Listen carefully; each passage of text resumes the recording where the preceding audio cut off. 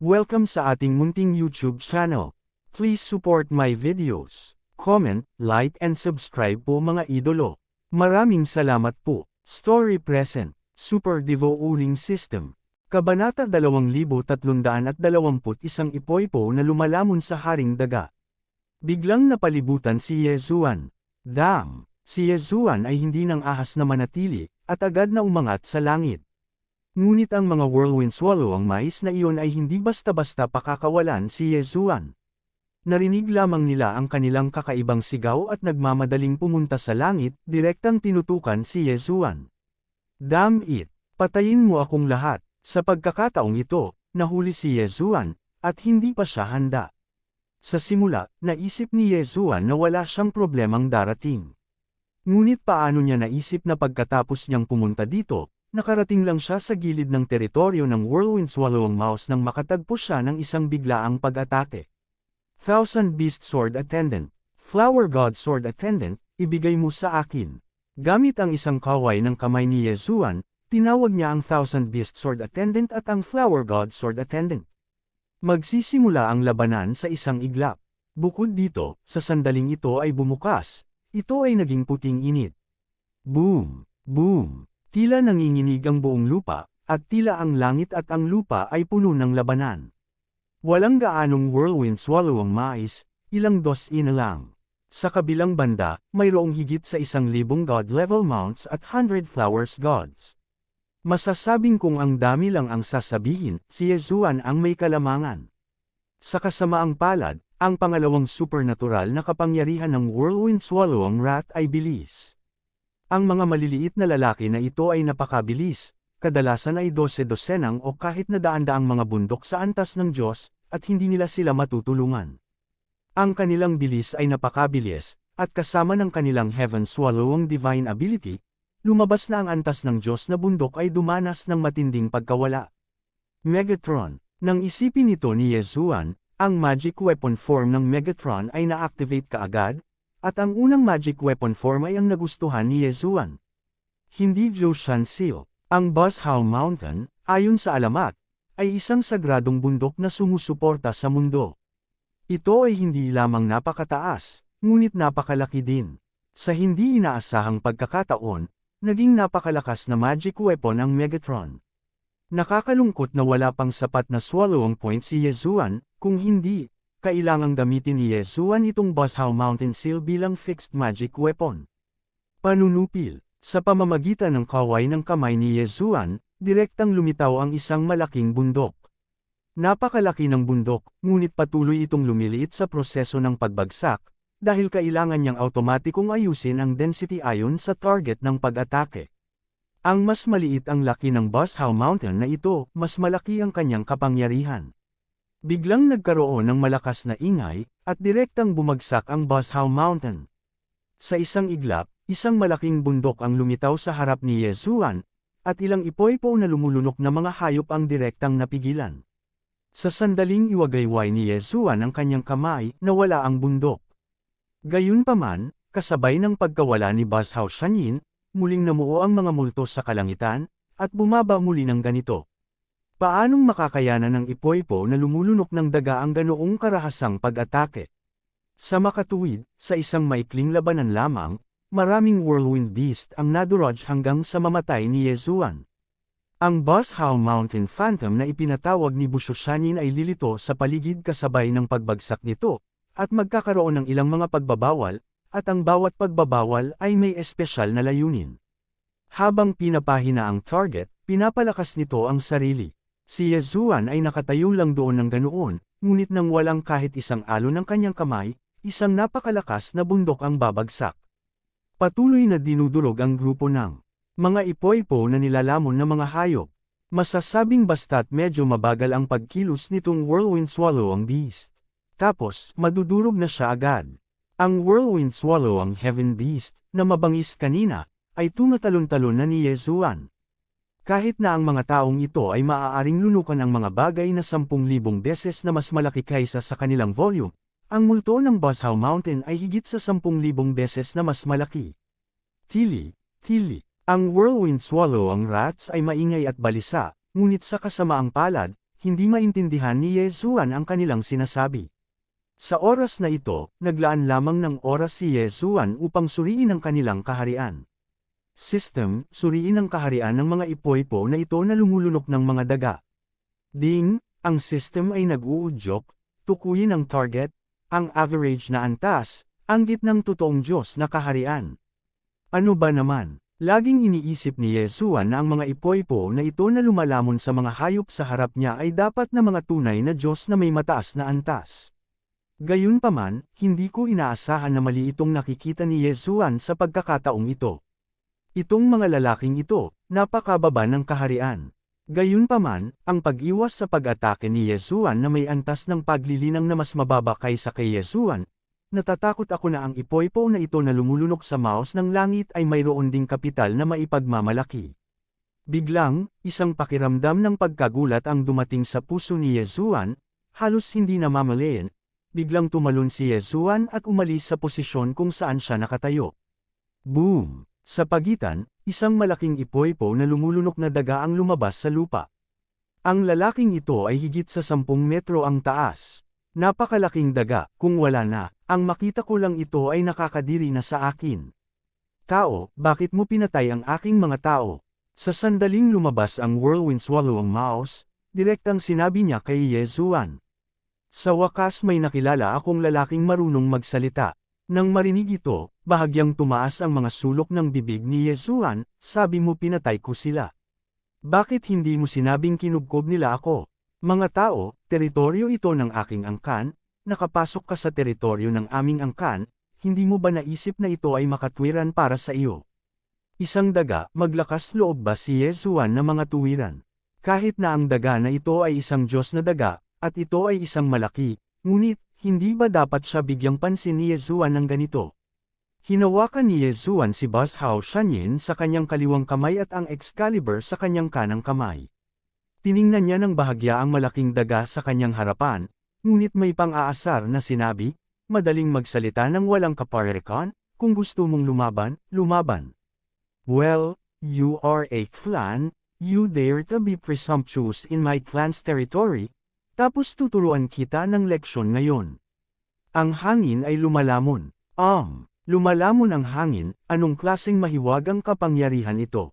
Ngunit sa lalong madaling panahon, alam ni Yesuan kung anong uri ng mahiwagang kapangyarihan ito. Nakita ko ang isang walang katulad na malakas na unos na tumalsik mula sa bibig ng whirlwind swallow ang Rat King. Sa sandaling lumitaw ang bagyo, ito ay tumakas patungo kay Yesuan, at ang lugar kung saan dumaan ang bagyo ay agad na nilamon. Dumiman ito, bato, o kahit hangin.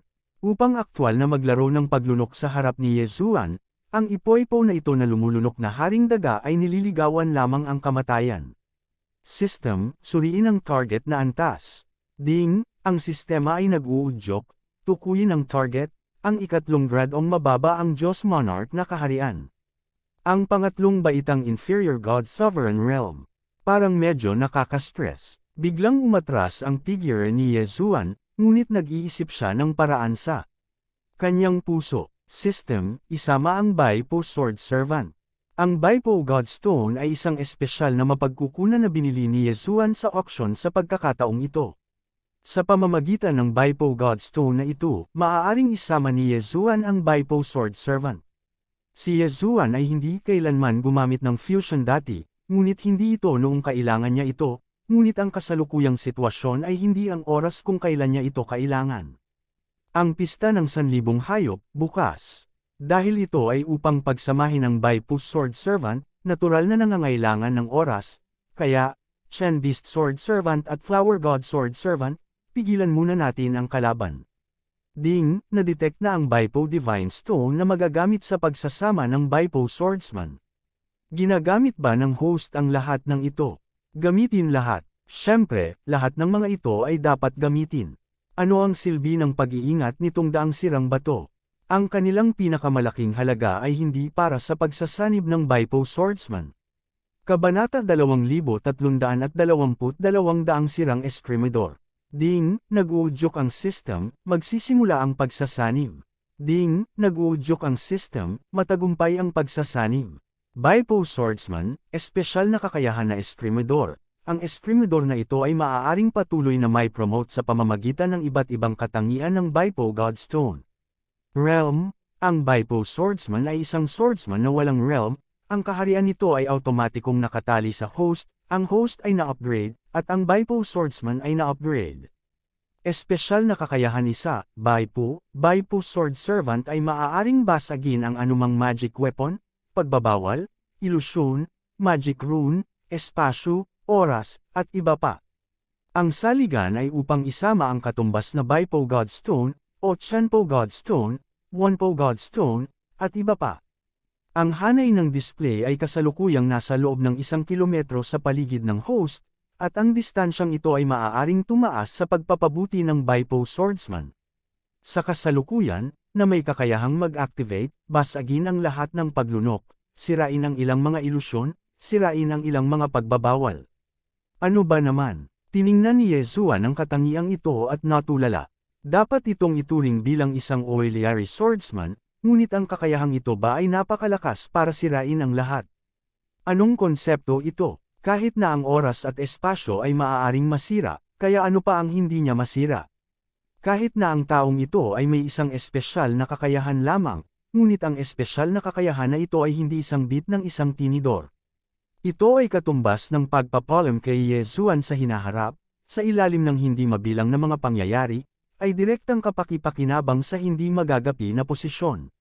Gayunpaman, ang tanging hindi kanais-nais na bagay ay ang taong ito ay tila malutong.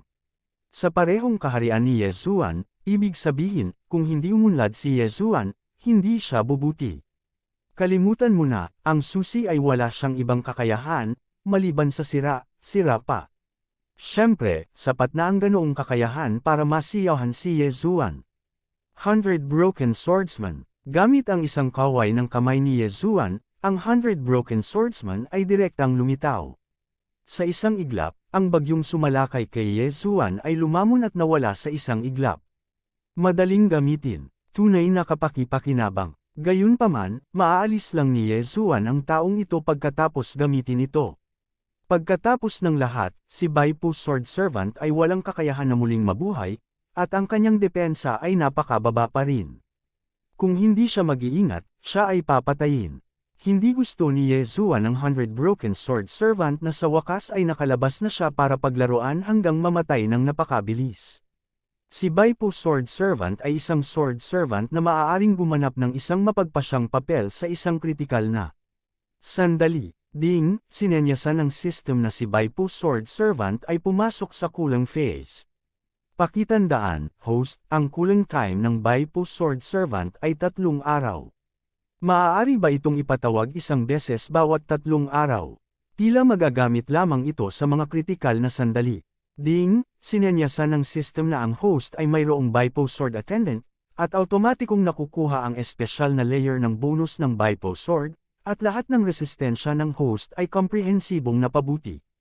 Patuloy na pagbutihin. Tumango si Yezuan, walang dapat ikabahala. Sa oras na ito, ang Whirlwind Swallowing Rat King ay tulala na.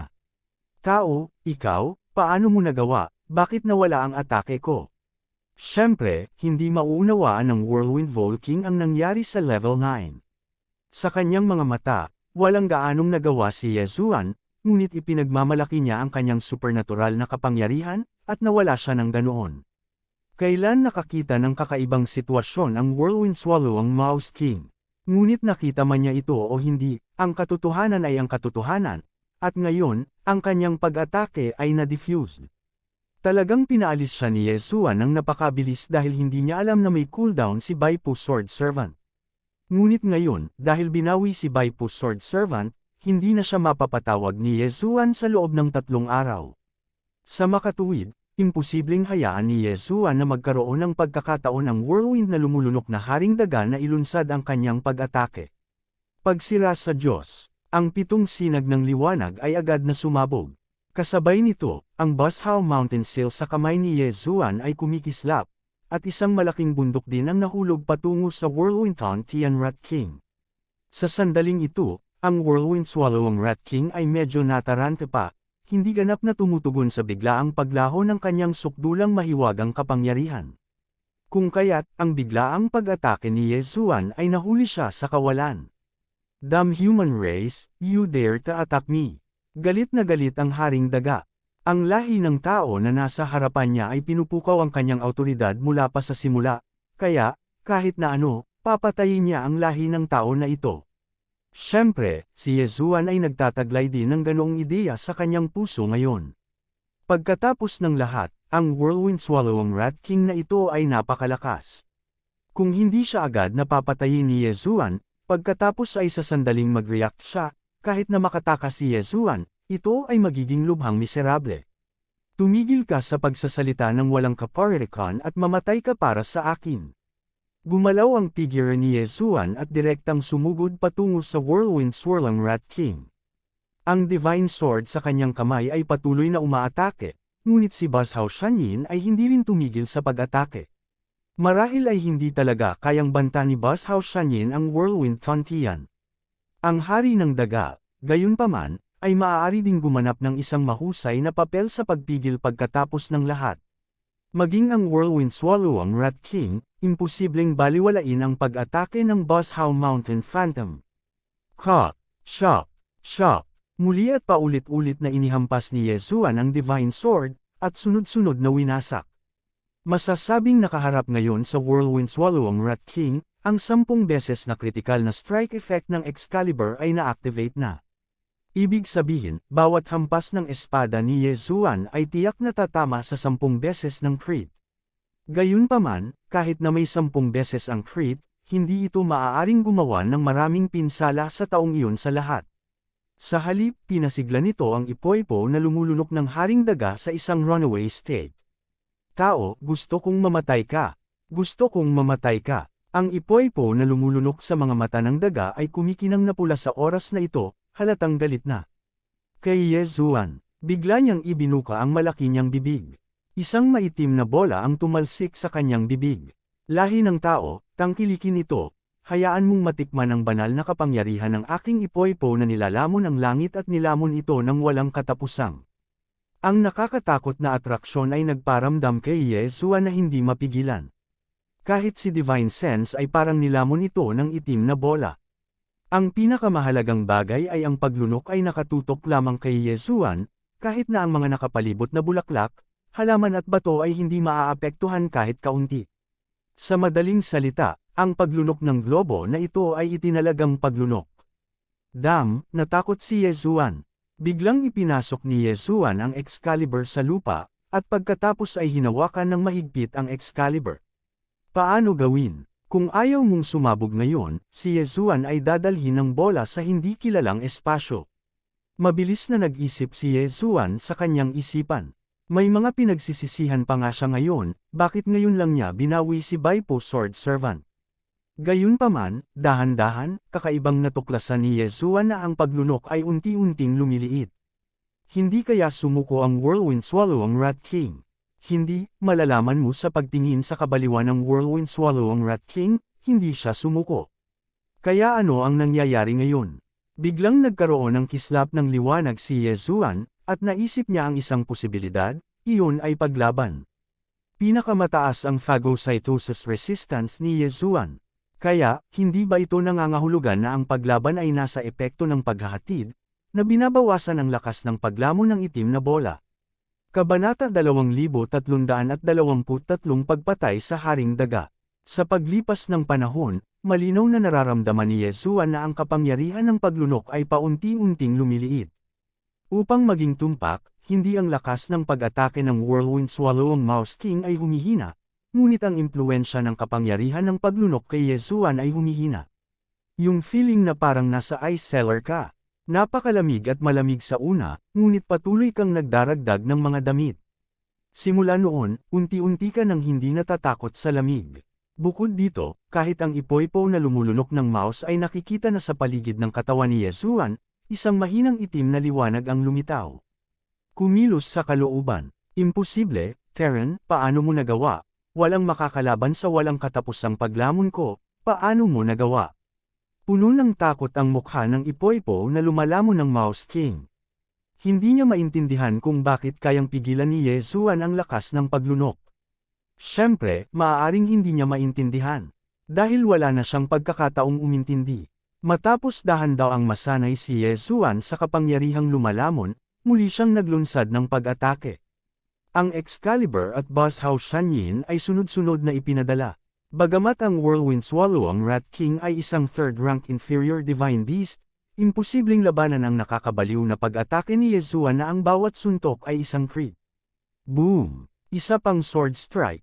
Sa pagkakataong ito, sa wakas ay hindi na nakayanan ng Whirlwind Swallow ang Rat King, at direktang tinamaan ng espada ni Yezuan.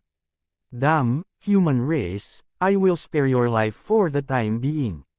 Sa susunod, hindi ka na magkakaroon ng ganyang swerte. Galit na sinabi ng Whirlwind Swallow ang Mouse King kay Yezuan, sinusubukang tumakas. Ngunit ngayon gusto mong tumakas.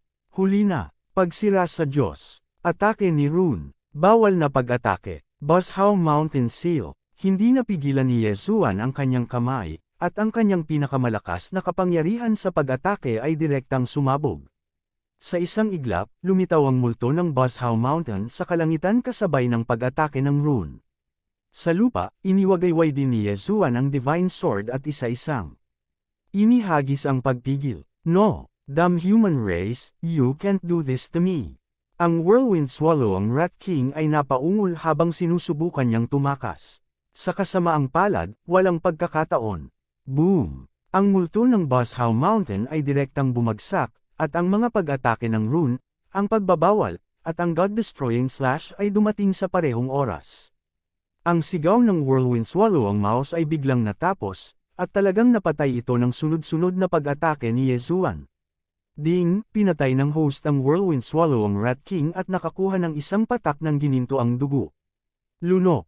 Gamit ang isang kaway ng kamay ni Yezuan, direkta niyang nilamon ang Whirlwind Swirl ang Mouse King at ang Whirlwind Swallow ang mouse na kanyang napatay.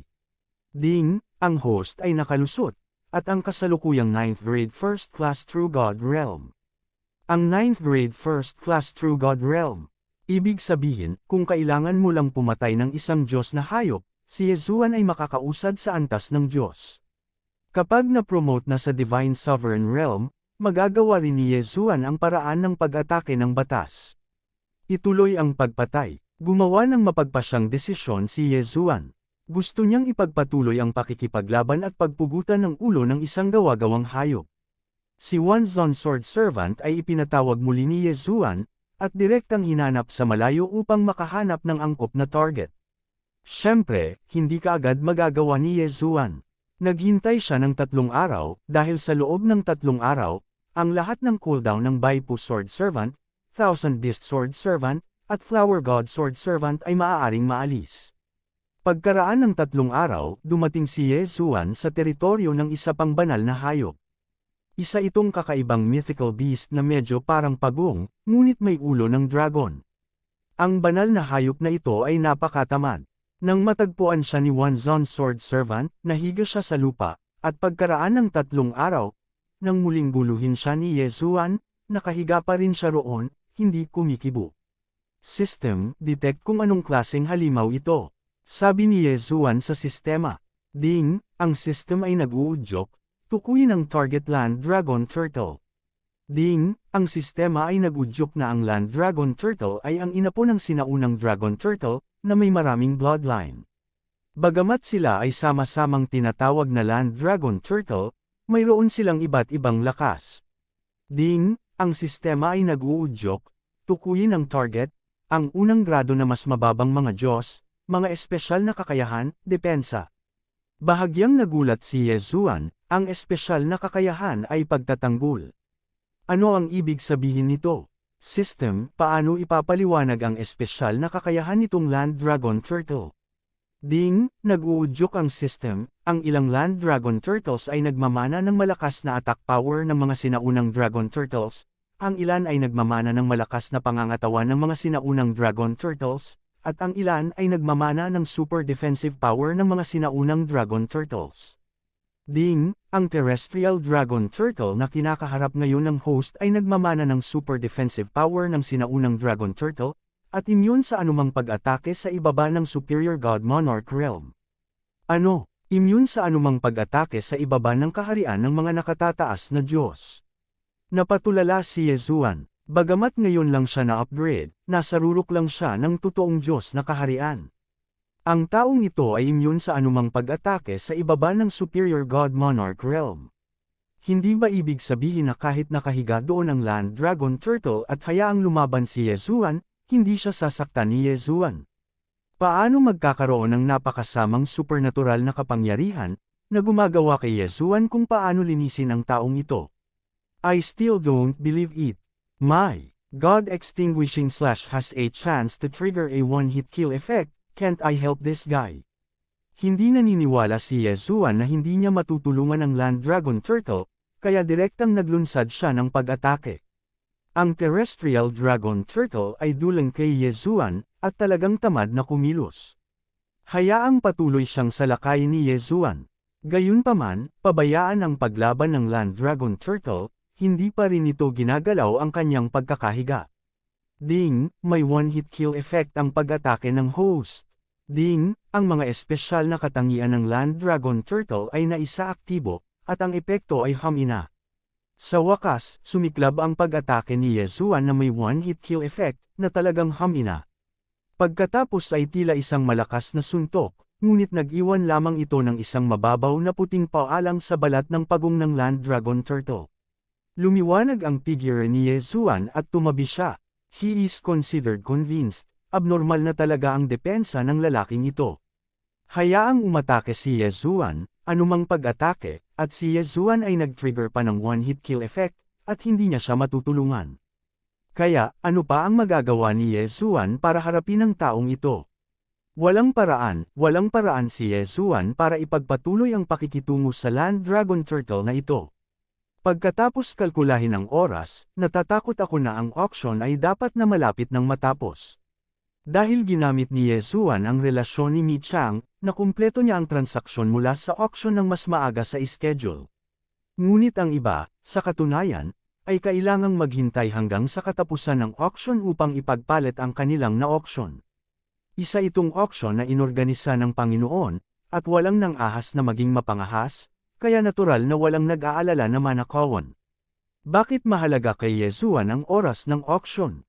Kung tutuusin, ang inaalala niya ay ang misteryosong tao na sumire sa organisasyon. Napakalakas ng lalaking iyon. Masasabing hindi niya kayang maging kalaban si Yesuan. Gayunpaman, hindi ibibigay ni Yesuan ang pagkakataong ito ng ganoon kadali. Kabanata 2324 na Karit 2. Ang problema ni Yesuan ay palaging kung saan nakatago ang Annihilation Organization sa Linfeng Realm, at ngayon, ang misteryosong taong ito ang nagkusa na lumitaw, kaya natural na gusto ni Yesuan na sundan siya para tingnan. Ang sinaunang nakulong na beast formation ay nasa kamay pa rin ni Yesuan, ngunit si Yesuan ay hindi pa rin nangangahas na magpagulo. Pagkatapos ng lahat, walang nakakaalam kung nakumpleto na ng sinaunang nakulong na beast formation na ito ang kontrol ng sinaunang demonyong emperador na lumalamon sa kaluluwa. Kung hindi ito makumplito, kung gayon, sa sandaling mapalaya si Yesuan, ang takot ay tiyak na isang sakuna. Paano gawin? Ngayon ay susubaybayan ni Yesuan ang misteryosong lalaki. Huwag nating sabihin kung ang lakas ni Yesuan ay hindi matutuklasan, ngunit siya ay talagang hindi natuklasan. Matagumpay niyang natagpuan ang lugar kung saan nagtatago ang organisasyon ng pagpuksa. Mukhang hindi na matutulungan ni Yesuan ang kabilang partido. Pero, hindi ba pwedeng umalis ang misteryosong lalaki? Matagal na nag-alinlangan si Yesuan, ngunit sa huli ay naiiling na lamang niya ang kanyang ulo. Mukhang wala na siyang ibang paraan kundi ang sumuko ngayon. Hanapin natin muli ang Divine Beast at mag-upgrade sa Divine Monarch na kaharian. Gayunpaman, hindi alam ni Yesuan na gusto niyang guluhin ang misteryosong lalaki, at hindi gustong guluhin ng misteryosong lalaki si Yesuan. Sa makatuwid, hindi kailangang mag-alala ni Yesuan na ang misteryosong tao ay aalis kaagad. Hinding-hindi aalis ang misteryosong lalaki hanggat hindi niya nakukuha ang sinaunang nakulong na porma sayo ng hayop mula kay Yesuan. Pagkatapos ng lahat, ang sinaunang kaluluwang lumalamon ng demonyong emperador sa mga kamay ni Yesuan ay masyadong mahalaga para sirain ang organisasyon. Pagkatapos magkaroon ng ideya, mabilis itong hinanap muli ni Yesuan. Sa paligid ng mahiwagang lawa, walang kakulangan sa paghabol sa mga hayop. Kaya hindi nagtagal, nakahanap si Yesuan ng bagong target system, tuklasin ang lakas ng Divine Beast na ito. Ding, ang sistema ay nag-uudyok, ang pagtuklas ay matagumpay, ang karit at matalas ang bibig na hayop. Ang ikatlong baitang mababa ang Diyos Monarch na kaharian. Ito ba ay isa pang Divine Beast ng third rank inferior God Monarch realm? Pagkatapos, kakailang ganing makita ni Yesuan kung ano ang napaka-espesyal tungkol sa banal na hayop na ito ng ikatlong ranggo na mababang Diyos Monarch na kaharian. System, continue to detect his attributes. Ding, nag-uudyok ang system, matagumpay ang pagtuklas, ang Scythe Beast, ang espesyal na supernatural na kapangyarihan, one-shot cut. Ang Scythe Beast ay may malakas na kapangyarihan sa pag-atake, ang mga braso nito ay parang dalawang matalim na karit, kapag naglunsad ito ng pag-atake, napakalakas nito. Ding, ang dalawang espesyal na supernatural na kapangyarihan ng Scythe Beak, sumigaw. Ang bibig ng Scythe Beak ay parang trompeta, at maaari nitong palakasin ang sarili nitong boses, at sa gayon ay maglulunsad ng marahas na pag-atake, at may kakayahan nitong akitin ang isipan ng mga tao. Tumango si Yesuan dahil mayroon siyang paunang pag-unawa sa Sickle Beast. Sa makatuwid, nang walang pag-aalinlangan, direkta niyang tinawag ang Thousand Beast Sword Attendant at ang Flower God Sword Attendant, at pinalibutan ang halimaw ng scythe at matalas na tuka. Biglang hindi nag-utos si Yesuan na umatake, ngunit ang karit at matalas na hayop ay naglunsad na ng pag-atake. Ito ay lumabas na ang Scythe Beast na ito ay may malakas na pakiramdam ng teritoryo. Sa sandaling makapasok ang sinumang kaaway sa kanyang teritoryo, sisalakay siya ng walang pag-aalinlangan. Nakita ko ang lalaking iyon na biglang bumilis at sumugod. Ang kanyang mga braso ay kasing talas ng scythes, at mayroong hindi mabilang na mga serrations. Cough, cough. Pagkatapos ng ilang magkakasunod na tawag, sinisingil at pinatay pa niya ang higit sa 100 mga mount sa antas ng Diyos. Bukod dito, ang bilis ng taong ito ay napakabilis, pagkatapos ng isang suntok ay nakumpleto, ang isa pang suntok ay sinundan din. Pista ng 1,000 hayop. Hindi nagatubili si Yesuan, at direktang sinimulan ang Thousand Beast Fist, umaasang palakasin ang Thousand Beast Sword Attendant. Gayunpaman, sa kabila nito, ang Scythe Beak ay nagngangalit pa rin sa mga bundok sa antas ng Diyos. Boom! Ang isa pang akusasyon, ang marahas na kapangyarihan ng karit at matulis na hayop, ay lumabas na direktang hinahati ang isang bundok sa kalahati. Hindi naman ganoon kalakas ang attack power ng lalaking ito. Napapaligiran ng Thousand Beast Sword Attendant na may nakadyos na bundok, at ang 100 Blossom Goddess na tinulungan sa gilid, nagawa niyang magpasabog ng napakalakas na mapanirang kapangyarihan. Espiritual na kontrol. Malinaw kay Yesuan na kung ang taong ito ay hahayaang gumawa ng kalituhan, natatakot ako na ang lahat ng antas ng Diyos na mount ay dahan-dahan niyang buburahin, kaya hindi mabibigyan ni Yesuan ang taong ito ng puwang para maningil. Sa kabutihang palad, kitang-kita na ang katalinuhan ng Sickle Beast na ito ay karaniwan, ibig sabihin, kahit na mas malakas ang kanyang cultivation kaysa kay Yesuan, ang espiritual na kontrol ni Yesuan ay maaari pa ring magkaroon ng tiyak na epekto sa kanya. Oo nga naman, nang i-activate ni Yesuan ang kanyang spiritual sense control, ang bilis ng Sickle at Sharp-mouthed Beast ay bumaba ng husto, at nanatili pa ito ng ilang sandali. Sinasamantala ang pagkakataong ito, lahat ng antas ng Diyos na mount ay sumugod. Sa pagkakataong ito, nagpatawag si Yesuan ng higit sa 300 Platinum Level God Level Mounts at higit sa 20 Purple Gold Level God Level Mounts. Ito ay isang summonang na pagsabog. Sa makatuwid, kapag napaliligiran na ng mga kabit sa antas ng Diyos at pinipiga ang puwang sa pagkarga ng karit at matalas na bibig na hayop, kung gayon ang kanyang kapangyarihan ay masisira rin ng husto. Ngunit ang hindi inaasahan ni Yesuan ay bago dumating ang antas ng Diyos na mga bundok at matagumpay ang pagkubkob, ang karit at matalas na hayop na matalas ay nakatakas na sa pagsugpo sa kontrol ng espiritual na pakiramdam. Hindi siya maaaring magpatuloy sa pagsingil, dapat siya ay napapalibutan. Nagngangalit si Yesuan. System, gumamit ng mga mapagkukunan upang makipagpalitan ng espiritual na kaalaman upang makontrol ang rate ng tagumpay, dapat kong sugpuin ang taong iyon. Ding, matagumpay ang palitan. Sa isang iglap, ang kapangyarihan ng kontrol ng espiritual na kamalayan na nagmula kay Yesuan ay muling lumakas, ngunit ang agwat sa pagitan ng mga kaharian ay napakalaki kung tutuusin, at pagkatapos ng lahat, mayroon pa ring paghihigpit sa batas sa pagitan ng tunay na kaharian ng Diyos at ng kaharian ng Diyos.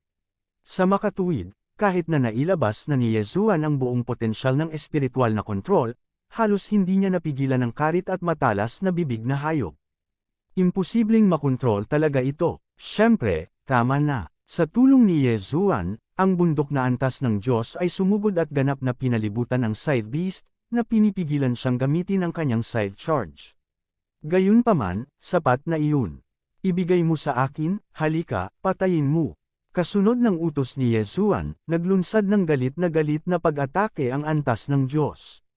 Sa kalangitan, sa ilalim ng lupa, at maging sa ilalim ng lupa, patuloy na lumilitaw at mabilis na umatake ang mga bundok sa antas ng Diyos, at si Yesuan mismo ay hindi idle. Gamit ang isang kaway ng kanyang kamay, direktang na-control ni Megatron ang Excalibur at lumipad palabas. Si Yesuan ay nakatayong may pagmamalaki sa hangin. Pinagmamasdan lang ang side beast na nambugbog. Gusto kong labanan si Yesuan ng santukan, masyado akong nag-iisip. Ang isang mabuting Diyos na antas ng banal na hayop ay kailangang maglaro ng santukan kay Yesuan, hindi ba ito isang raffle? Array, ang side-jawed beast ay naglunsad ng kanyang sound attack, ngunit sa kasamaang palad ay inilunsad ito ngayon, huli na.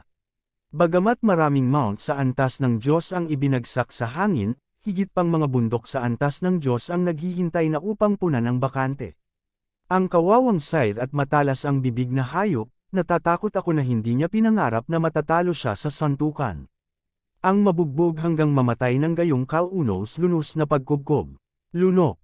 Matapos bawiin ni Yesuan ang Thousand Beast Sword Servant at ang Flower God Sword Servant, direkta niyang na-activate ang kakayahan sa paglamon. Ding, pinapatay ng host ang tuko ng karit at nakakuha ng isang patak ng gininto ang dugo. Ding, ang host ay nakalusot, at ang kasalukuyang first-rank inferior gods ay nasa kaharian. Ding, ang host ay na-promote sa pangunahing Diyos na kaharian, at magsisimula na ang pagkuha ng batas. Kabanata 2325, Promotion sa Divine Sovereign Realm. Ding, random na iginuhit ang mga patakaran. Ding, ang sistema ay nag-uudyok, ayon sa mga katangian ng host, ang batas ng paglamon ay automatikong makukuha. Ding, mangyaring bigyang pansin ang host, ang kakayahan ng phagocytosis ng host ay pinalakas. Pagkatapos nito, hindi lamang magagamit ng host ang DevR para mag-upgrade. Ngunit magagamit din ang DevR para patayin ang kalaban. Ding, ang system ay nag-prompt na ang kasalukuyang kakayahan sa batas ng host ay masyadong mababa. Inirerekomenda na ang host ay mabilis na mag-upgrade ng antas, o kumuha ng higit pang mga batas na lumalamon upang palakasin ang kapangyarihan ng batas. Ding, ang host domain space ay nagsimula ng gawin, at ang kasalukuyang estado ay hindi sapat upang makumplito ito. Ding, ang tatlong bloodline special skills ng host na si Wanzan ay na-activate, nakakandado at nilunok. Ang pag-lock sa DevR, ang host ay magagawang ito ng kanyang kakayahang lumamon upang sirain ang tinukoy na target. Ang kasanayang ito ay maaaring ma-override mula sa malayo at magdulot ng patuloy na pinsala. Kasabay nito, ang kasanayang ito ay maaaring gamitin kasabay ng Eternal Field. Ding, walang sapat na Eternal Points ang host para i-activate ang skills. Ding, ang host ay na-promote sa kaharian ng pangunahing Diyos, ang espesyal na katangian ng walang hanggang dugo ay isinaaktibo, at pinilit na lunukan. Ang host ay maaaring pilitin na lunukan ang anumang kapangyarihan ng batas para sa sarili nitong paggamit, at sa parehong oras, maaari rin itong mangolekta ng mga fragment ng batas upang i-synthesize ang kapangyarihan ng batas. Ding, ang system ay nag-uudyok, host, mangyaring tandaan na ang sapilitang phagocytosis ay may isang tiyak na panganib ng backlash, mangyaring tukuyin ang target kapag ginagamit ito. Ding, na-activate na ang bagong prompt ng system. Pagkatapos nito, independenteng susuriin ng system kung ang kapangyarihan ng batas na kinakaharap ng host ay maaaring lunukan. Isang serye ng mga prompt ng system ang nagpaunawa kay Yesuan ng isang bagay. Ibig sabihin, maaari na siyang magbukas ng bagong kabanata. Ang labanan ng mga batas ay dapat na mas kapanapanabik kaysa sa mga nakaraang laban. Gayunpaman, sa anumang kaso, ang pag-upgrade na ito ay lubos na nagpabuti sa lakas ni Yezuan. Isa lamang itong walang hanggang bloodline na nagbubukas ng dalawang bagong kakayahan. Bahagyang tumaas ang mga sulok ng bibig ni Yezuan, ito ang ngiti na hindi niya maiwasang ipakita. Sirain ang organisasyon, oras na para bayaran mo ang presyo. Wasakin ang organisasyon, ang mahiwagang organisasyong ito na nakatagpo ni Yezuan mula noong dumating siya sa God Realm. Kanina pa sila naghahanap ng gulo para kay Yezuan. Sa pagkakataong ito, oras na para guluhin sila ni Yezuan. Ding, ang sistema ay nag-uudyok, mangyaring bigyang pansin ng host, ang sistema ng sekta ay mas aayusin. Dahil ang host ay na-promote sa antas ng mga Diyos at nakapasok sa kaharian ng mga Diyos, ang host ay maaaring umasa sa sistema ng sekta upang bumuo ng kanyang sariling lakas. Sa hindi inaasahan, ang sistema ay biglang dumating sa isa pang prompt. Siyempre, hindi magugustuhan ni Yezuan ang gayong paalala, at kung may 10 pa, hindi masisiyahan si Yezuan. Gayunpaman, malinaw na ang mga benepisyo ng pag-promote sa Divine Sovereign Realm ay naipamahagi na lahat, kaya hindi natuloy si Yezuan sa pagtanggap ng mga senadorya sa ibang pagkakataon. System, ibalik mo ako sa Kunlun Realm, oras na para guluhin ang misteryosong lalaki. Masasabing kahit ngayon, hindi si Yezuan ang kalaban ng misteryosong lalaki, ngunit hindi palalampasan ni Yezuan ang pagkakataong ito. Mula ngayon, siya na ang magkukusa upang hanapin ang gulo ng pagsira sa organisasyon. Matapos bumalik si Yezuan sa Kunlun Realm, siya ay direktang inilipat mula sa Kunlun Realm patungo sa Godlord Palace, at pagkatapos ay tahimik niyang hinanap ang kinaroroonan ng misteryosong lalaki. Siyempre, hinahanap din ng misteryosong tao na sumira sa organisasyon si Yezuan. Ang pangunahing layunin niya sa pagkakataong ito ay ang sinaunang nakulong na beast formation na nakakaalam na talagang kinuha ito ni Yezuan. Kaya't ang taong ito ay handa nang kunin ito mula kay Yezuan sa simula pa lang. Sa kasamaang palad, hindi niya mahanap ang kinaroroonan ni Yezuan. Wasakin ang organisasyon, kahit na ang lakas ay malakas, ngunit pagkatapos ng lahat, walang gaanong lakas sa Kunlun God Realm. Kung gusto niyang suriin ang impormasyon ni Yezuan, wala siyang kakayahan. Pagkatapos maghanap, hindi nahanap ng misteryosong lalaki ang kinaroroonan ni Yezuan, kaya wala siyang pagpipilian kundi ang umatras, ngunit paano niya nalaman na si Yezuan ay lihim na sumusunod sa kanya? At si Wanzon Sword Servant ay hindi hihigit sa 1,000 metro ang layo sa kanya anumang oras. Siyempre, si Wanzon Sword Servant, itong batang ito, ay talagang hindi makakaakit ng atensyon ng iba. Kahit na nakikita niya ito paminsan-minsan, siya ay ituring na isang alagang hayop o isang bagay. Sinundan ni Yezuan ang misteryosong lalaki mula sa malayo. Siyempre, handa siyang tumakas anumang oras. Kung tutuusin, walang kalaban-laban si Yezuan para sa misteryosong lalaking ito kung talagang gusto niyang kumilos. Sa kabutihang palad, hindi natagpuan ng misteryosong lalaki si Yezuan, o kahit na si Wanzon Sword Servant. Ang taong ito ay lubos na mapagbantay, at direktang iniwasan niya ang isang malaking bilog bago bumalik sa Linfeng Realm. Sa kasamaang palad, alam ni Yezuan kung saan ang kanyang destinasyon mula pa noong una, kaya naghintay siya ng direkta sa teleportation array sa Linfeng Realm, kahit paano siya umikot, hindi niya matakasan ang palad ni Yezuan. Sa oras na lumabas ang misteryosong lalaki sa teleportation array, natuklasan na siya ni Yezuan. Patuloy na sundan, hindi nagtagal, natagpuan ni Yezuan ang lihim na kaharian. Seryoso, kung wala ang misteryosong taong ito na manggaguna, magiging napakahirap para kay Yezuan na matuklasan ang lihim na larangang ito ng pagsira sa organisasyon. Ito ay isang malaking bundok, isang tigang na bundok. Hindi banggitin ang mga banal na hayop, walang kahit na mga halaman dito, at mayroong isang lawa na may lason na gas sa bundok. Ang pasukan sa lihim na kaharian ay talagang nasa ilalim ng lawa, at ito ay nakaset up. Pinagbawalan, masasabing kung hindi rin bawal na master si Yezuan at the same time, natatakot ako na kahit malaman niya, hindi na siya makapasok. Gayunpaman, kahit na ganoon, hindi nang ahas si Yezuan na pumasok ng madali. Pagkatapos ng lahat, ito ang batayan ng extermination organization. Kung napakadaling pumasok ni Yezuan, tiyak na magkakaroon ng gulo. Siyempre, ito ay wala kay Yezuan. Hindi ba sinaunang pamilya si Lydia, makapangyarihan ba? Pagkatapos, hayaan silang gumawa ng paraan para sa kanilang sarili. Si Lydia ay isang napakalaking pamilya, at natural na marami itong kaakibat na pamilya. Ang kasalukuyang lakas ni Yezuan ay tiyak na hindi maghihikayat kay Lydia, ngunit ang mga kaakibat na pamilyang iyon ay walang dapat ikabahala. Ang Blood Cloud Sect ay isang kaakibat na sekta ng Lydia. Ang Blood Cloud Sect ay isa ring malaking pamilya, at halos ang buong Blood Cloud City ay sa kanila. At ang Blood Cloud Sect ay hindi masyadong malayo sa Linfeng Realm, kaya naisip ni Yezuan ang Blood Cloud Sect na ito. Kabisado mo na ba lahat ng sinabi ko sa'yo? Sinadya ni Yezuan na kumuha ng espesyal na set ng damit at binalot ng mahigpit ang sarili. Kasabay nito, direktang kinokontrol niya ang isang alagad ng sektang ulap ng dugo sa kanyang espiritual na kahulugan at iniabot sa kanya ang isang sinaunang mapagkukunan. Kasabay nito, mayroong 2 mapa at ilang mga balita tungkol sa lugar kung saan matatagpuan ang organisasyon ng pagpuksa. Ang plano ay napakasimple. Nais ni Yezuan na lumikha ng balita, ng pagsilang ng isang sinaunang lihim na kayamanan, at ito ay hindi isang piraso, ngunit maraming piraso. Ang disipulong ito ng Blood Cloud Sect ay sadyang nahawahan ni Yezuan ng poison gas mula sa lawa kung saan matatagpuan ang extermination organization. Pagkatapos niyang ipasa ang balita, isa lang ang magiging resulta. Ang Blood Cloud Sect disciple na kinokontrol ng espiritual na pakiramdam ni Yezuan, paano siya magkakaroon ng kakayahang lumaban? Kapag nagising siya, natatakot ako na matagal na siyang namatay.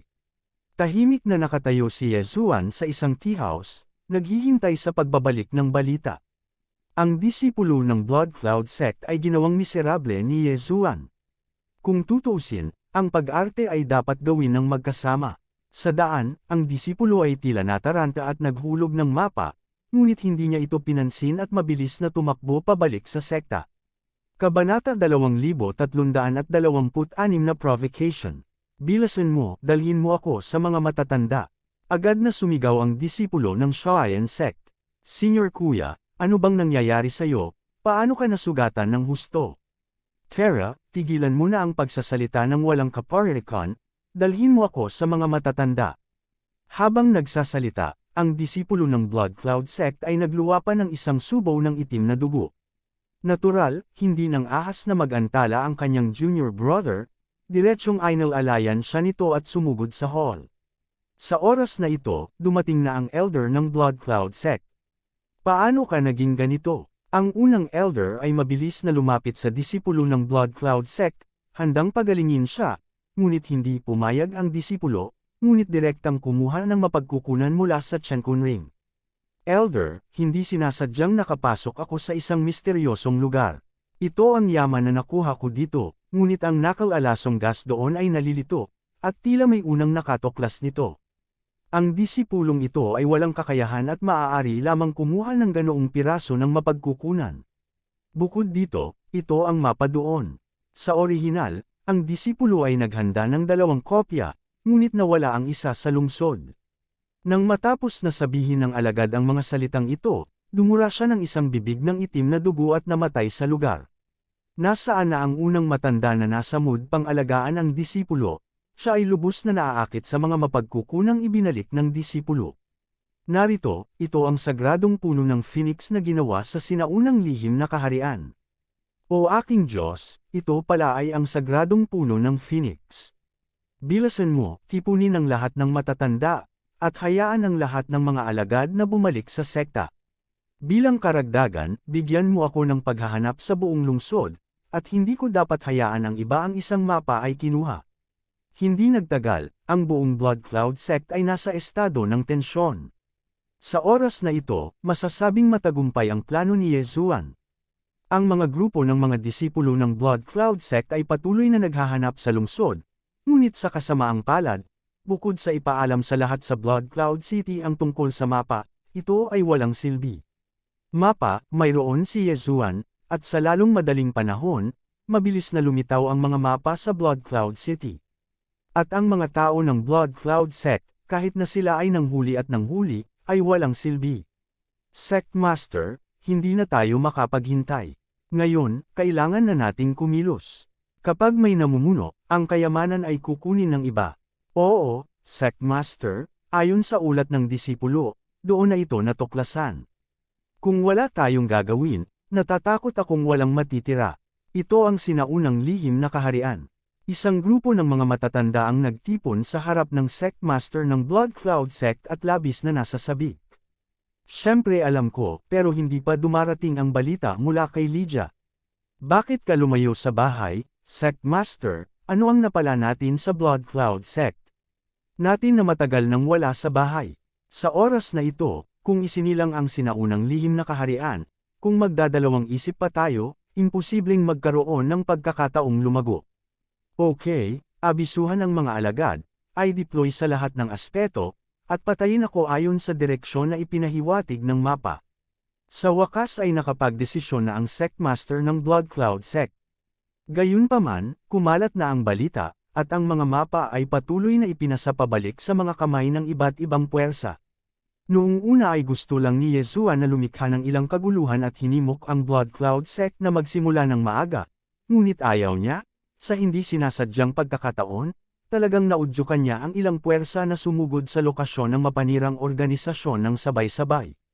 Siyempre, natural na hindi papalampasan ni Yeshua ang pista ng pagpatay na ito, kaya sa oras na ito, si Zuanye ay nakikihalubilo din sa karamihan, patungo sa lokasyon ng organisasyon ng pagpuksa. Ang mga taong sumisira sa samahan, paano nila akalain na ang kanilang sikretong base ay matutuklasan ng iba? Bukod dito, sa simula, sila ay sumulat lamang ng mga maluwag na magsasaka, at ang kanilang lakas ay karaniwan, kaya sila ay direktang hinarap ng mga ito ayon sa kanilang mga nakaraang gawi. Ngunit wala itong pakinabang maliban sa pagpapalakas ng kumpiyansa ng Blood Cloud Sect at ng iba't ibang puwersa. Sa makatuwid, ang digmaan ay hindi maiiwasan. Ito ang tahanan ng subdivision ng Extermination Organization, at hindi sila madaling sumuko. Kahit na gusto mong sumuko, dapat mong ilipat ang mga mapagkukunan na nakolekta dito. Sa kasamaang palad, hindi ito may padala. Ang Blood Cloud Sect at iba pa ay kinalkala ni Yesuan sa simula, at nang lumitaw sila, mayroong isang malaking bilang ng mga tao. Ang mga disipulo ng organisasyon ng pagpuksa ay sinubukang sumugod ng maraming beses, at ang kanilang katalinuhan ay pinugutan ng ulo. Matapos mapugutan ng ulo, nalantad ang mga mapagkukunan sa kanilang mga katawan, na lalong magpapasigla sa espiritu ng pakikipaglaban ng Blood Cloud Sect. Nakihalo rin si Zuan sa mga tao sa kanyang paglilibang.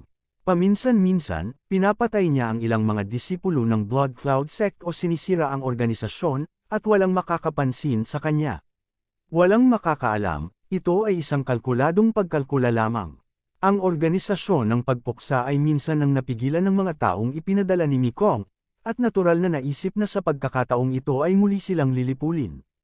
Ang Blood Cloud Sect, gayunpaman, ay nadama na ang organisasyon ng pagpuksa ay nakakuha ng kayamanan, at natural na hindi magsasabi ng totoo. Kaya naman, hindi man lang nagpaliwanag ang dalawang puwersa. Ang digmaan ay tumagal ng ilang buwan. Halos araw-araw, nag-oorganisa ang Blood Cloud Sect ng manpower attack. At ang pagsira sa organisasyon ay natural na magtatanggol. Wasakin ang organisasyon upang maghanap ng napakaraming mapagkukunan, kaya kahit ang mga ordinaryong disipulo ay may maraming mapagkukunan. Ang pagpatay sa isang alagad ng mapanirang organisasyon ay walang alinlangan na kikita ng malaking pera. Ding, ang host ay nakalusot. Ang kasalukuyang pangalawang grado na mababa ang True God Realm. Bago niya alam, si Yesuan ay na-promote sa ibang antas. Pagkatapos ng lahat, natural na hindi sasayangin ni Yesuan ang Chankun Rings ng mga pinatay ni Yesuan. Sa makatuwid, pagkatapos ng dahan-daw ang pag-iipon, si Yesuan ay talagang tumaas ng isang antas. Sa oras na ito, masasabing nasa mainit na yugto ang labanan sa pagitan ng Blood Cloud Sect at Destruction Organization. Natural, hindi papasukin ng mapanirang organisasyon ng Blood Cloud Sect. Sabagay, invisible organization din naman sila kaya lang lumaban. Sa panahong ito, ang dalawang panig ay nagsasama-sama. Natatakot ako na magkakaroon ng 10,000 mga nasawi. Ngunit hindi pa rin huminto ang laban. Si Yezuan ay naghihintay na lumabas ang misteryosong tao, at ang Blood Cloud Sect Master ay magdaranas ng pagkawala. Ngunit sa kasamaang palad, ang misteryosong tao ay parang pagong na lumiit ang ulo, at hindi na siya lumalabas. Gayunpaman, natural na walang pakialam si Yezuan, kahit na tumagal pa ng ilang buwan o kahit ilang taon, walang pakialam si Yezuan. Hanggat kaya nitong sirain ang mapanirang organisasyon. At saka, makaka-level up din si Yezuan. Sa paglipas ng panahon, sa wakas, hindi na nakapagtago ang misteryosong lalaki, at dirdiretsong lumabas. Blood Cloud Sect, huwag masyadong itulak ang mga tao. Nasabi na namin na ito ang istasyon ng aming sekta, hindi isang sinaunang lihim na kaharian. Talaga bang sinusubukan mong sirain ang lambat sa amin? Haha, sabi mo sect residence mo ito, okay, then, how about let me wait in and take a look? Ang magkabilang panig ay nagtatalo, ngunit hindi nila alam na si Yezuan ay tahimik na nakatakas palayo sa ibang lokasyon patungo sa base ng mapanirang organisasyon. Ang mga paghihigpit na ito ay hindi nagbanta kay Yezuan, at si Yezuan ay magdaragdag pa ng iba't ibang mga paghihigpit sa pagtatago sa ibabaw ng orihinal na mga paghihigpit. Sa oras na ito, ang mga elite ng Extermination Organization ay nakikipagkompetensya sa Blood Cloud Sect sa labas, at ito ang pinakamagandang oras para pumasok si Yezuan. Ang Wings of the God Stealth Function ay na-activate na. Karamihan sa mga disipulong naiwan, kahit na dumaan si Yezuan sa kanila, hindi niya mapapansin ang kahit katiting na abnormalidad. Kabanata 2327 Espiritual na Pagkontrol. Si Yezuan ay palihim na sumilip. Masasabing hindi siya napigilan, ngunit nang pumasok siya ay nalaman niya na ang lihim na kaharian ng kuta ng mapangwasak na organisasyon ay talagang napakalaki. Ang lugar kung saan unang pumasok si Yezuan ay isang baog na lugar. Kung hindi siya paminsan-minsan ay nakatagpo ng ilang mga disipulo na samaire sa organisasyon, si Yezuan ay maghahinala na wala dito, ngunit habang siya ay palalim ng palalim, siya sa wakas ay nakarating sa tunay na ubod ng kuta ng organisasyon. Ito ay isang lugar na binubuo ng libu-libong mga palasyo, at ang bawat palasyo ay nilinang sa kawalan lamang, at ang mga ito ay pinag-uugnay lamang ng mga tulay ng ponton. Bukod dito, bawat isa sa mga palasyong ito ay may espesyal na nagbabawal na bantay. Higit pa rito, karamihan sa mga palasyo ay may mga hayop na tagapag-alaga. Siyempre, ang mga banal na hayop na ginamit ng organisasyon ng pagpuksa ay pawang mga Diyos ng demonyo. Hanggang ngayon ay naunawaan ni Yezuan kung bakit patuloy na binubuhay ng organisasyon ng Annihilation ang mga demonyong Diyos na iyon. Ang pangunahing layunin ay gamitin sila bilang kanilang tagapag-alaga ng mga demonyong Diyos. Sa kabutihang palad, karamihan sa mga disipulo ng Extermination Organization ay nakaalis na, kaya kahit na pumasok si Yezuan, hindi siya matutuklasan. Sa oras na ito, nakahanap na si Yezuan ng isang disipulo na samaire sa organisasyon. Ang cultivation base ng taong ito ay umabot na sa 9th rank high-level True God Realm. Sa kabuuan, maaari siyang ituring na isa sa mga naiwang disipulo na may medyo mataas na cultivation. Tahimik na tumabi si Yezuan sa tabi ng lalaki. Sino ang nakakaalam, dumaan lang siya, at natagpuan siya ng taong iyon.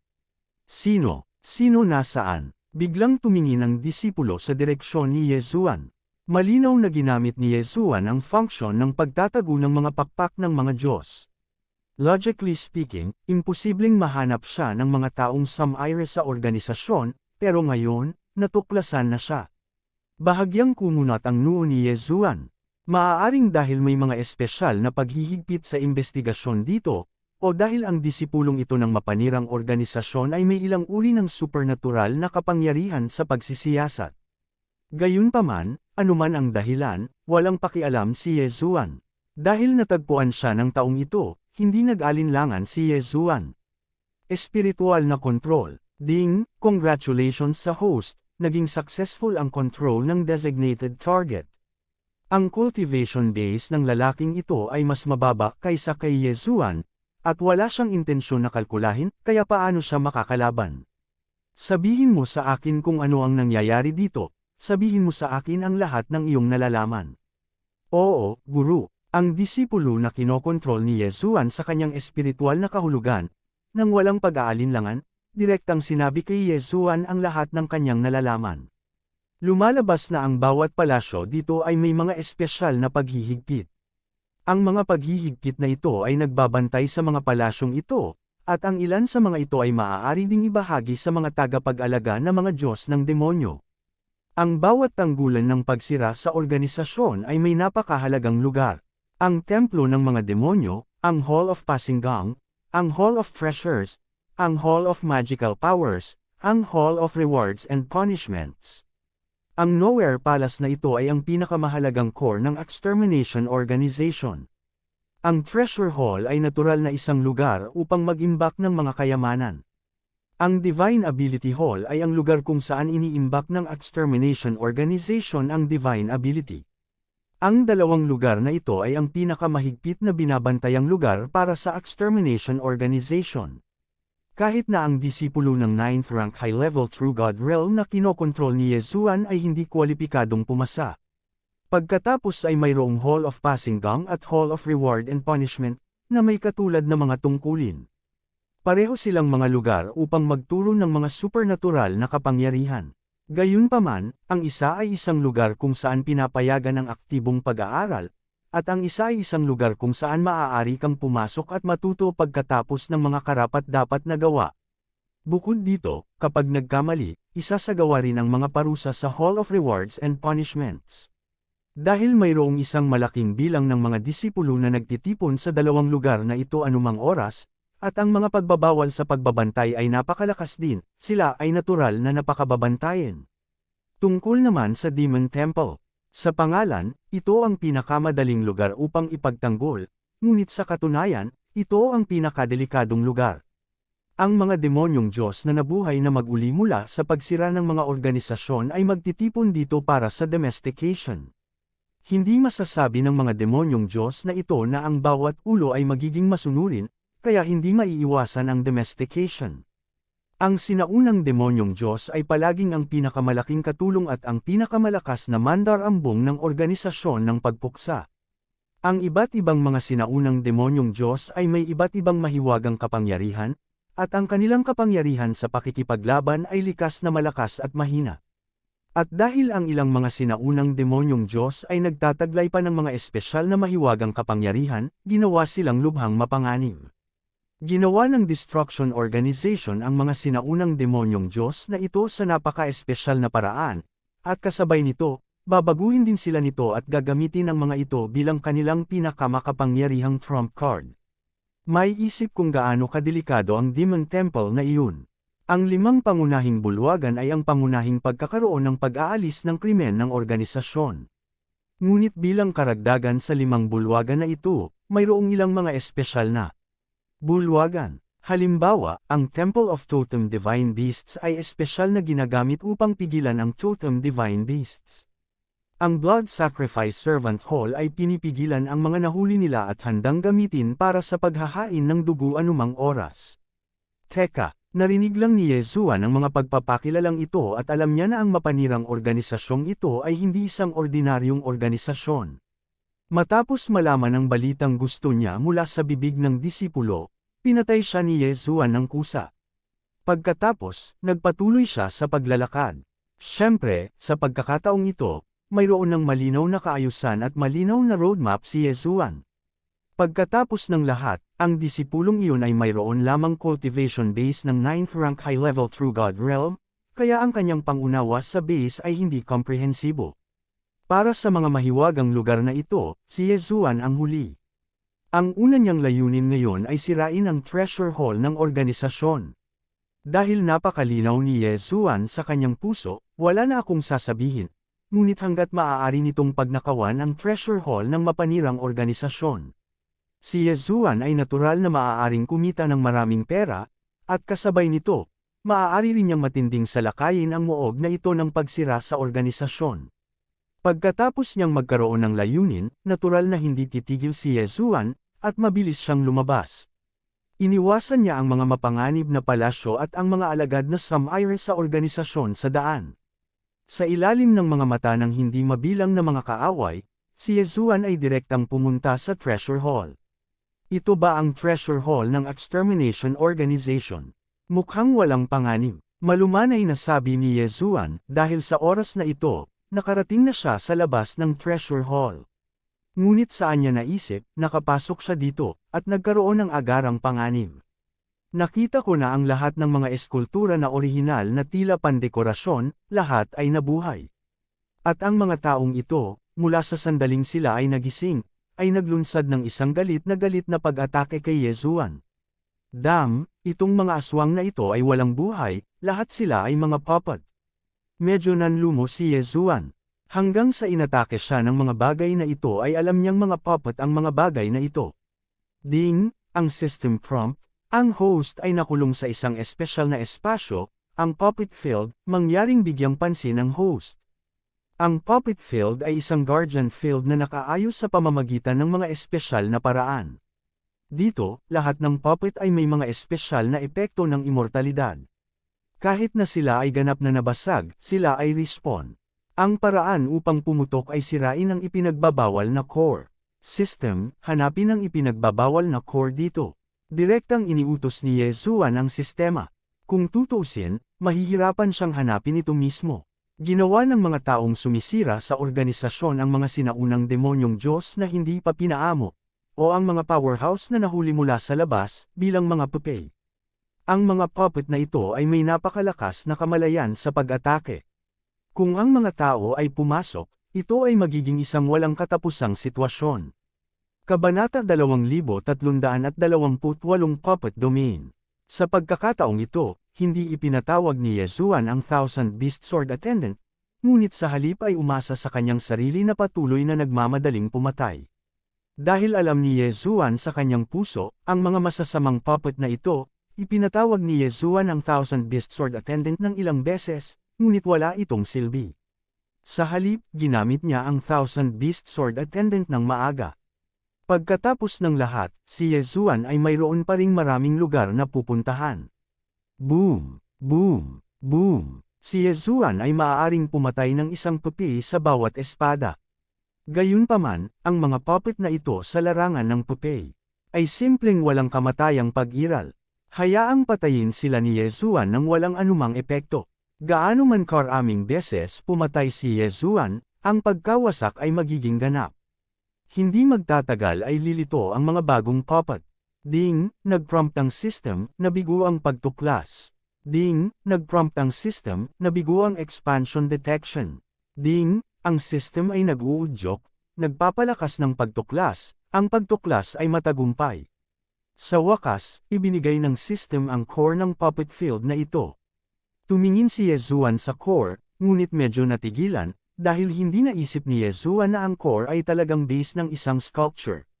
Dito, mayroong libu-libong mga base ng eskultura, at ang bawat isa sa kanila ay halos magkapareho, maliban sa ilang mga pagkakaiba sa laki, walang ibang pagkakaiba sa lahat. Kung hindi dahil sa pagtuklas ng system, paano ito maiisip ni Yezuan?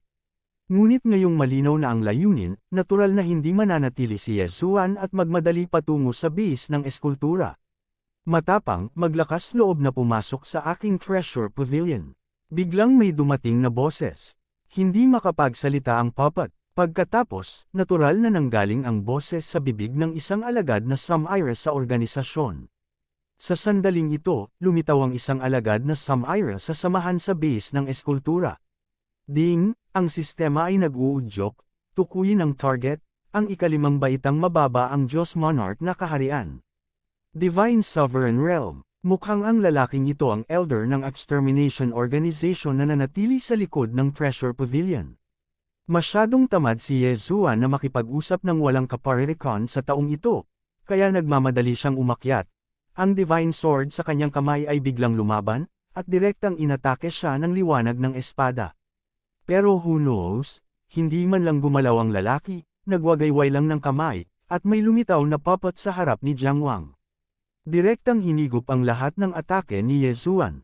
Ang taong ito ay maaaring kontrolin ang mga puppet na ito sa kalooban sa puppet field na ito.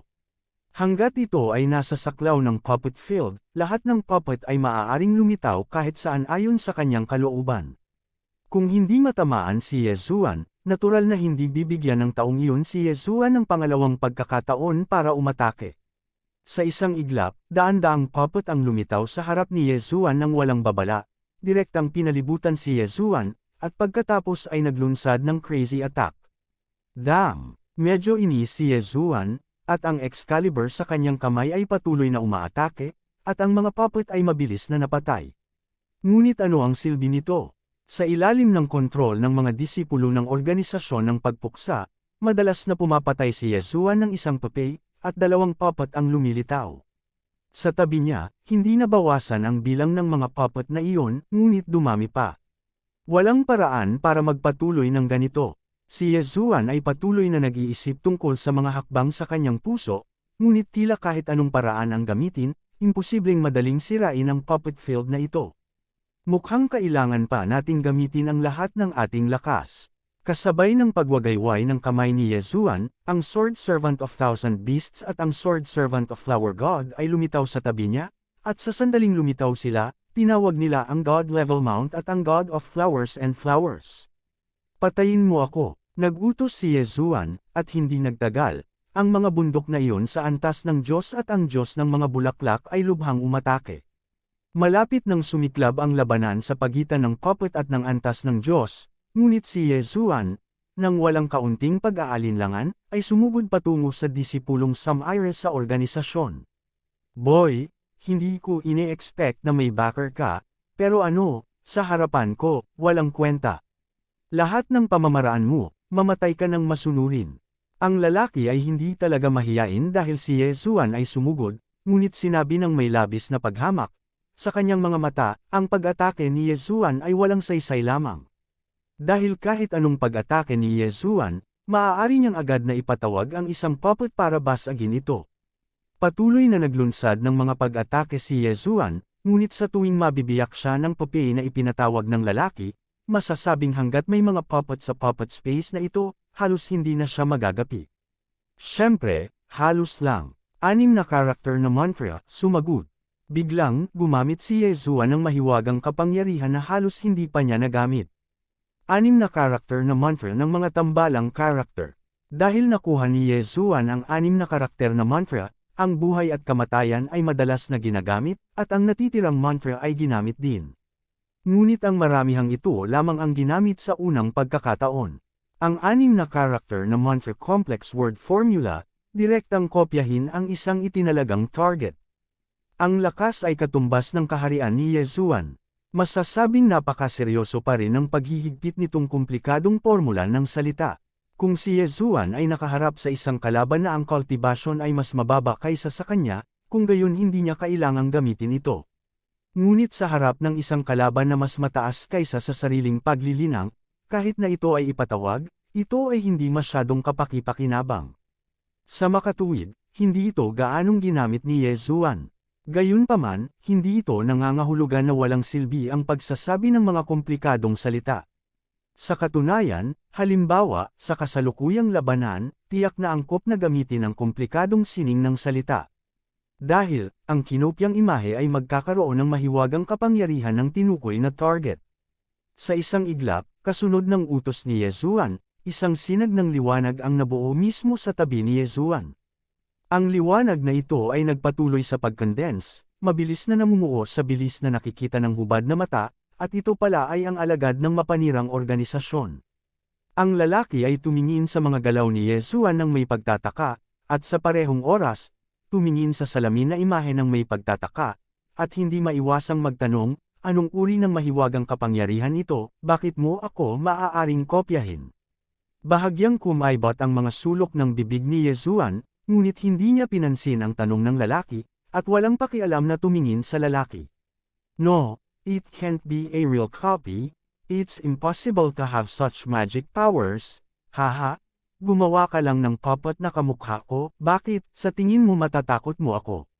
Boy, you think too much. Mayabang na tumawa ang lalaki.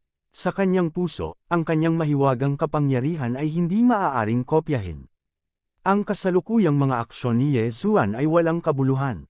Pero ganun ba talaga? Nang makita ng lalaki na ang imahe ng salamin ay kinopya, ikanaway niya ang kanyang kamay, at 10 puppet ang lumitaw sa tabi ng imahe ng salamin.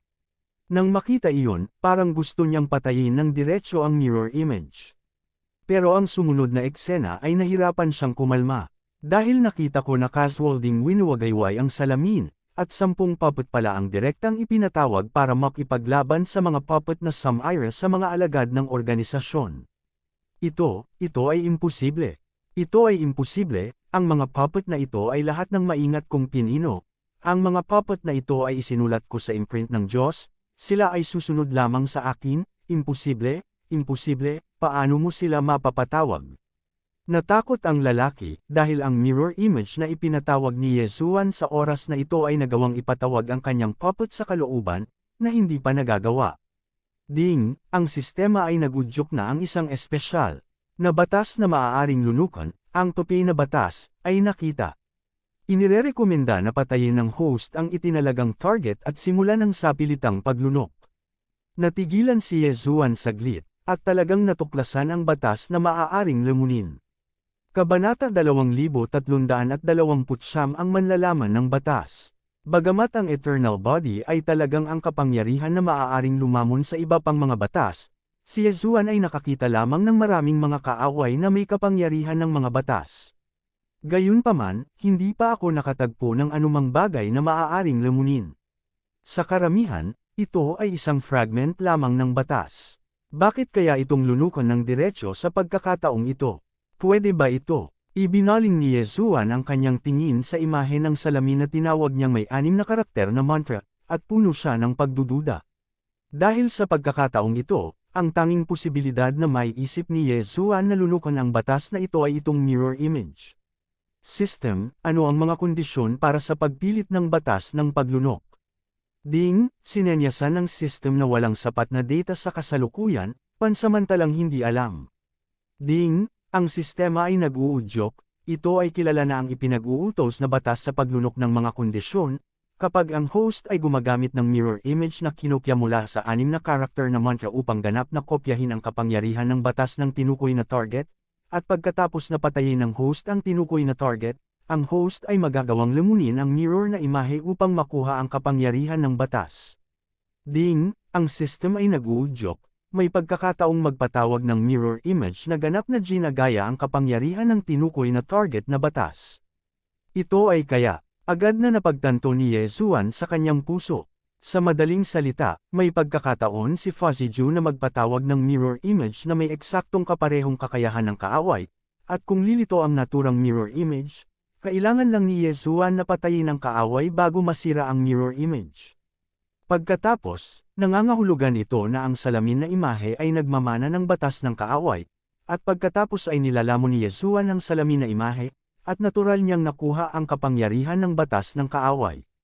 Ang setting na ito ay ganap na nakatakas sa batas ng konserbasyon sa mga batas ng kalikasan, na nagpapahintulot kay Yesuan na gamitin ang salamin na imahe upang makamit ang layunin na lamunin ang kapangyarihan ng batas.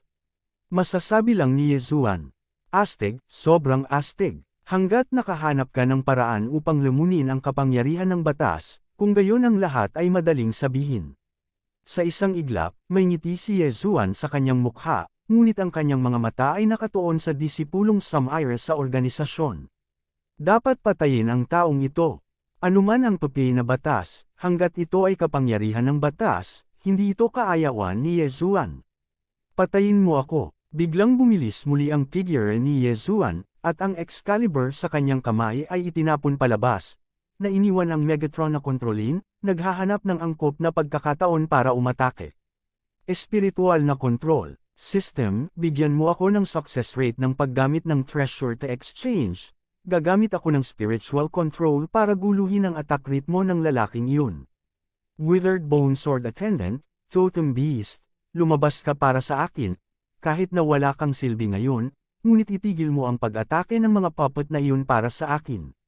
Diyos ng mga bulaklak, gumamit ng pangmatagalang paraan ng pag-atake para sa akin, at bigyan mo ako ng buong takip. Sa isang iglap, direktang ginamit ni Yesuan ang lahat ng paraan sa kanyang pagtatapon, at ang napakalaking pag-atake ay inilunsad kaagad. Si Yesuan ay may maraming espesyal na kapangyarihan o kakayahan, ngunit dahil sa iba't ibang mga paghihigpit, natural na hindi niya magagamit ang mga ito ng sabay-sabay. Gayunpaman, sapat na ang lakas ng pagsabog ni Yesuan ngayon. Ang kontrol ng espiritual na kamalayan ay nagpatigil sa disipulo ng mapangwasak na organisasyon, at ang kanyang katawan ay hindi napigilan ang pagyelo. Sa medyo nagyelo na oras na ito, ang Withered Bone Swordsman at lahat ng Totem Beast ay sumugod na, at syempre, naroon din ang murderer na kontrolado ni Megatron. Divine Sword, at ang pag-atake ng God of Flowers.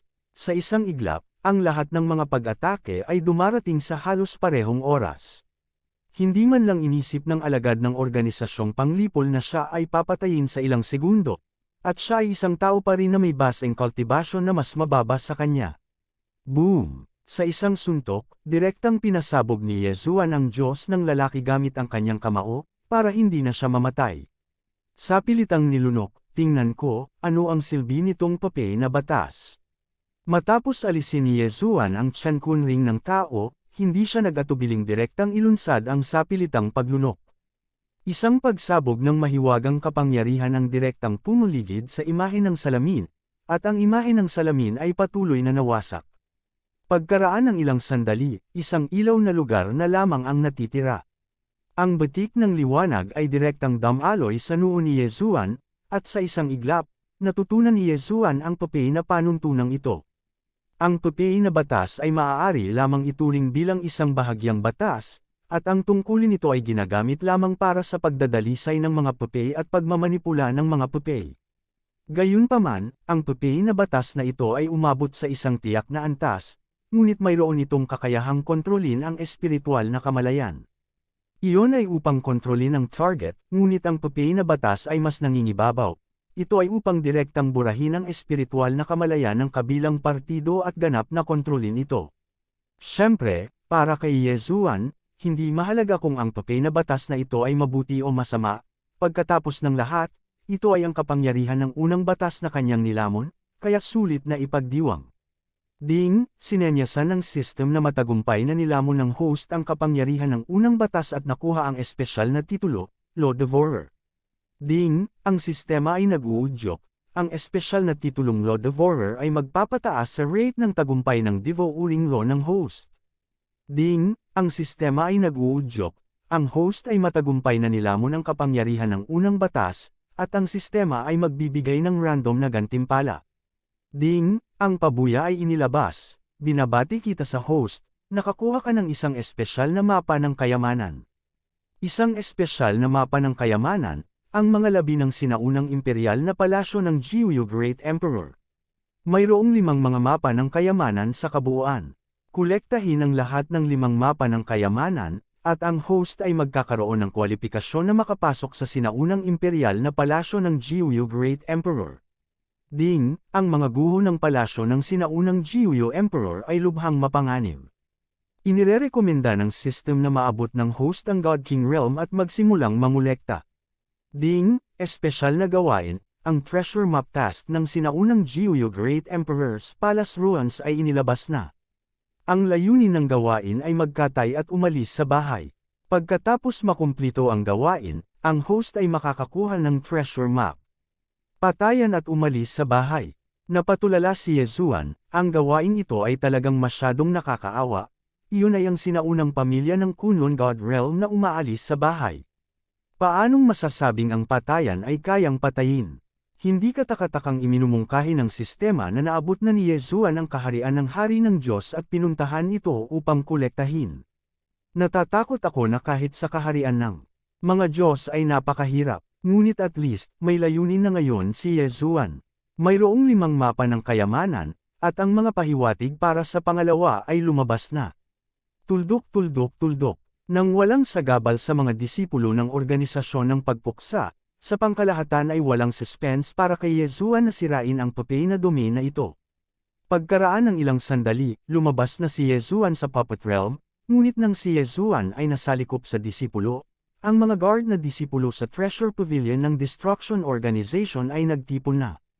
Sa sandaling lumabas si Yeshuangkai sa Puppet Restriction, agad siyang kinugkob. Patayin, patayin ang taong ito. Ibinulong ng isang elder ng Extermination Organization na sa Treasure Pavilion sa oras na ito, 30 disipulo lamang ng Extermination Organization ang naiwan. Bukod dito, maliban sa kanya na isang first-rank God Sovereign Realm, ang iba ay isa lamang cultivation base sa True God Realm.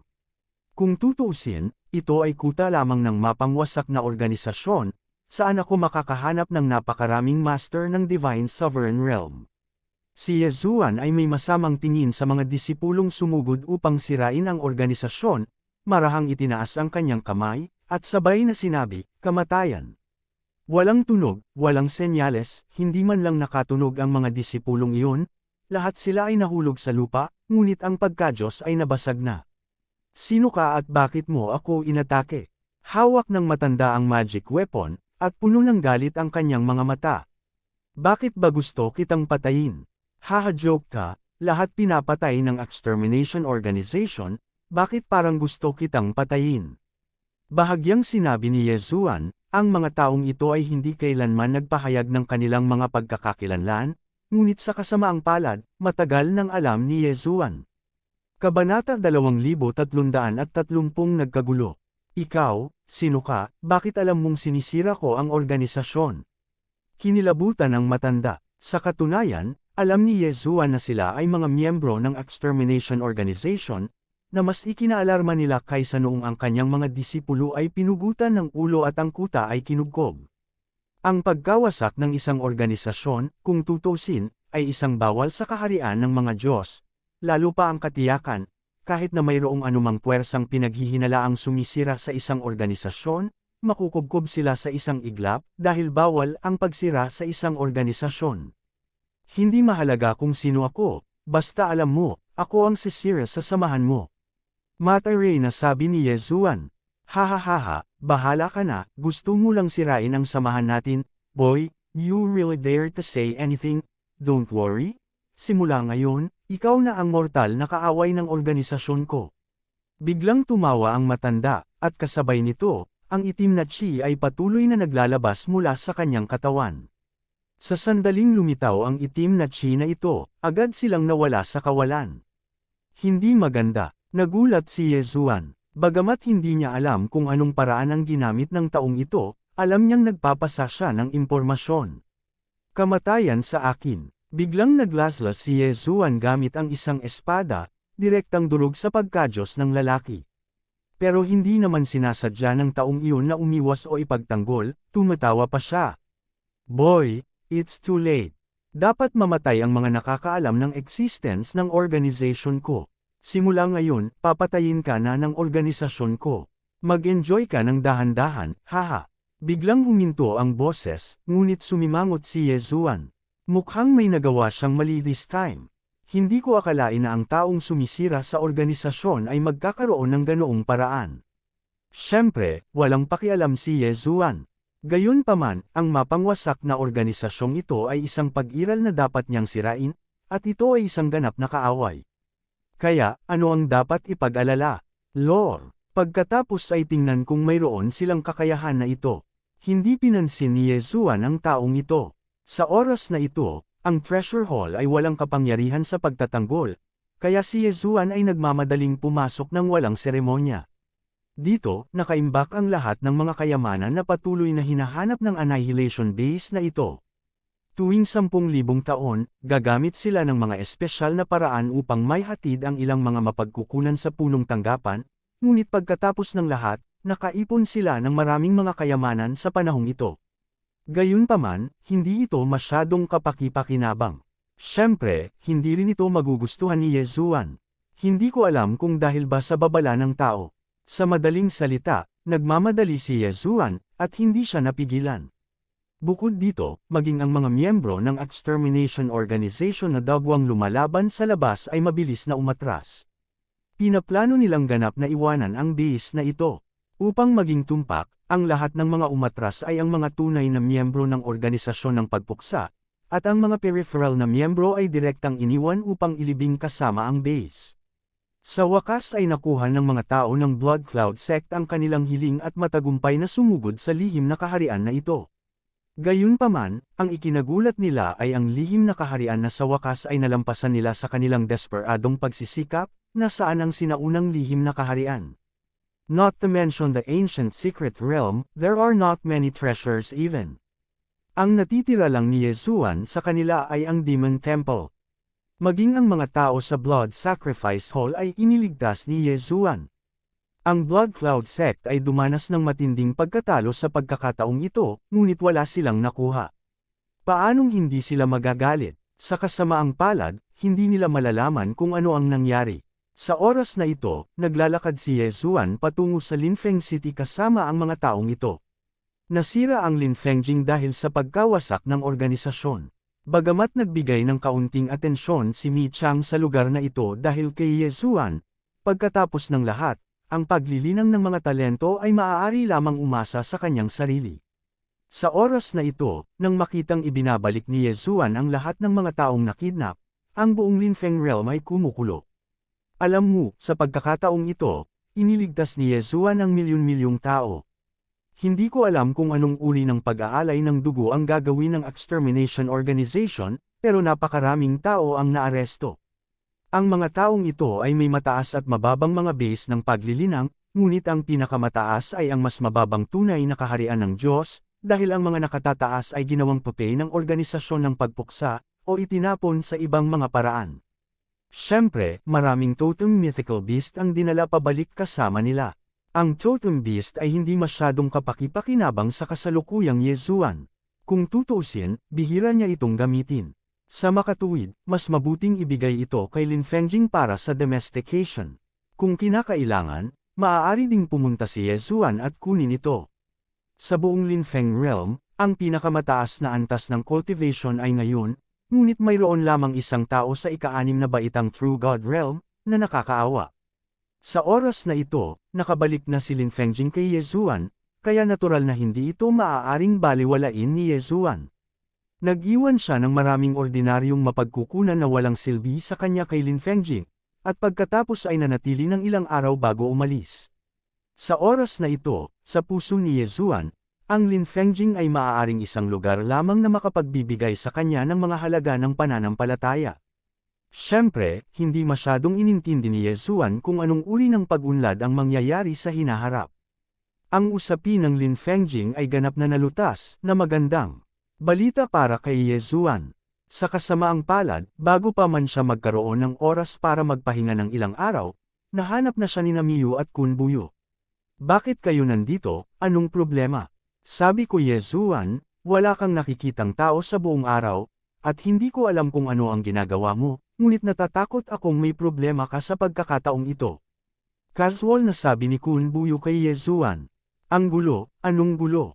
Natigilan si Yezuan. Hindi Lydia. Bagamat binalaan na ng kapatid ko si Lydia, napakalaki ng kapangyarihan ni Lydia kung tutuusin. Kahit ang kapatid ko ay hindi mapigilan. Bagamat natatakot sila sa lakas mo, hindi ka nila kayang bitawan. Saglit lang, hindi ka maaaring maging walang pakialam. Anong ibig sabihin ng Her Royal Highness, gusto mo akong guluhin kapag umalis ka ng bahay? Oo, ngunit hindi ito direkta mula sa pamilya, ngunit sa kanilang mga kaakibat na puwersa. Natural na maraming tao ang umalis sa kaharian ng Kunlun.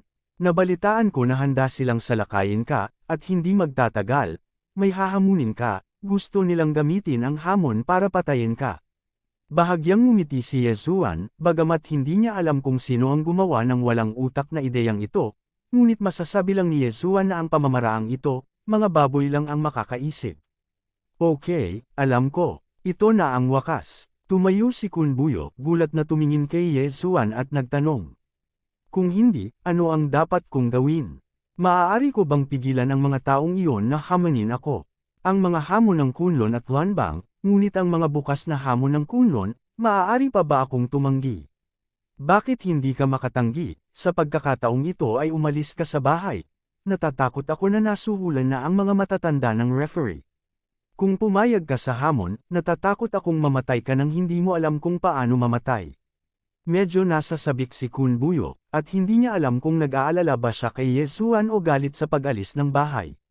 Ngunit anuman ang mangyari, may mabuting hangarin si Kun Buyo. Bahagyang ngumiti si Yezuan at sinabi kay Kun Buyo, umalis ka sa bahay at gusto mong magplano laban sa akin. Kung gayon bakit ako magpapaplano laban sa kanila? Simula bukas, hamanin ko muli si Lanbang. Ang ngiti sa gilid ng bibig ni Yezuan at ang kumpiyansa sa kanyang mukha ay medyo nalito kina Kun Buyo at Miyu.